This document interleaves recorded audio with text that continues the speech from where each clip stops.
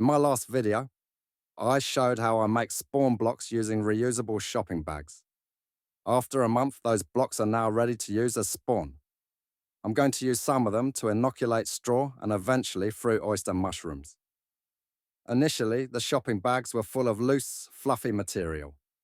They absorbed water easily, and all I had to do was spray them with a hose periodically while they sat stacked up in my flood table. Stacking the bags several high helps retain moisture and compresses the substrate, making it easier for the mycelium to colonize the denser material. Over time, they consolidated into hard blocks as the mycelium grew throughout. Mycelium grew out the moist bottoms, and it became visible on the tops of the bags. I eventually transferred them into the yard and hooked each bag up to a half-gallon drip emitter. Once the blocks start to shed water, you need to drip water on them slowly, since spraying tends to run right off. On some of the blocks, I tossed a couple of handfuls of wood pellets on top to absorb and redistribute moisture. The drip doesn't need to run for long.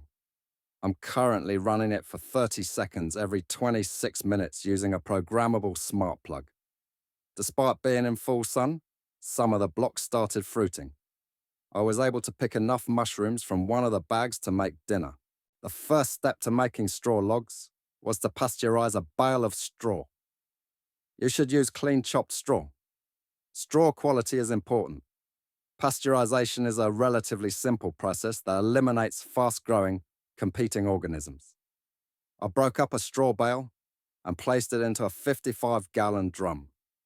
Then I added a few cups horticultural lime and filled the drum with water until the straw was fully submerged. You want to make sure the lime and water are well mixed. To keep the straw underwater, I placed a concrete disc I previously cast and a couple bricks on top and let it sit overnight. 18 to 24 hours is typically sufficient. Once the straw was ready, I removed it with a rake and transferred it to a large fabric smart pot to drain. To achieve the right moisture balance, I mixed in wood pellets as I packed the straw into the plastic tubing. The pellets absorb excess moisture, helping to reach the ideal hydration level, while also providing additional nutrition for the mycelium. I used an 8-inch polypropylene tube. Much beyond that in width, and it can get heavy and airflow is restricted. I also added about 5 cups of gypsum powder while mixing the straw and pellets. This provided some additional nutrients. I wore gloves throughout the process. Horticultural lime is highly alkaline and causes skin dryness and irritation. Don't wear nice clothes for this process. With a little effort, the spawn block will slide out of the shopping bag. It should be a solid block that is knitted together tightly with mycelium. The inside should be fully colonized with white mycelium. In my case, this took about a month since I started in the spring when the weather was a bit cool. With a bit of pressure, I can break it in half and start breaking off chunks to use in the straw logs. Chunks are about the size of a small egg. I usually put the spawn on top of a layer of straw that is about 4 to 6 inches thick and then cover with more straw. I will use multiple pieces of spawn for each layer since oysters seem to like having their buddies next to them. There is strength in numbers, and having a good layer of spawn gives the mycelium a safe base to expand outward. I may toss in some wood pellets with the spawn to provide moisture retention and some easy to colonize food. The straw logs are one technique of several that I use. The advantage to plastic bags is that they prevent moisture loss and are low maintenance. They also allow control of the fruiting area, and mushrooms will fruit only where you have cut holes in the bags. The disadvantage is that they are sensitive to moisture levels, and they don't get a lot of air exchange.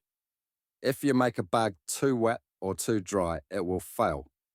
I have found the contamination rate for plastic to be much higher than fabric. Straw logs are compact and easy to hang. Outdoors, if a fabric pot is too wet, you can let it dry out in the sun, and if it is too dry, you can spray it down with a hose. The disadvantage is that it is hard to control the fruiting area, and a casing mixture may be required for proper fruiting. Fabric pots work well outdoors, plastic bags work well indoors. I cut off more plastic bag than I intend to fill, so I can fold the ends into a loop for hanging. I twist the bag and then loop it around my finger or a short piece of pipe, and then secure this with a zip tie. The bag can then be hung vertically using a metal Oyster hook. The final step is to melt small holes every 4 inches in 4 vertical lines along the bag and cover these holes with micropore tape squares. This allows for air exchange while protecting the hole from contamination and pests. Once completed, the bags can be hung vertically or stacked horizontally while they colonize for about a month. If everything goes right, you will see a lot of condensation on the inside surface of the bags, which over time will disappear as it gets absorbed by the wood pellets. In warm weather, you should see signs of fresh mycelium growth within a week. Mycelium is usually white. Orange, yellow, green, black, or anything besides white is usually a bad sign and indicates you have contamination. Using straw and wood pellets, you can only expect to raise about a half pound of oyster mushrooms for every dry pound of sawdust and straw. So it takes a lot of straw bags to make a few mushrooms. The good news is that the mycelium colonized straw can be composted and will break down much faster than plain straw. The mycelium will continue growing and spread to other sources of lignin and cellulose in your compost pile and break that down also. Hopefully in a month or so I can crank up the misters and start fruiting these bags. I hope you have found this video informative.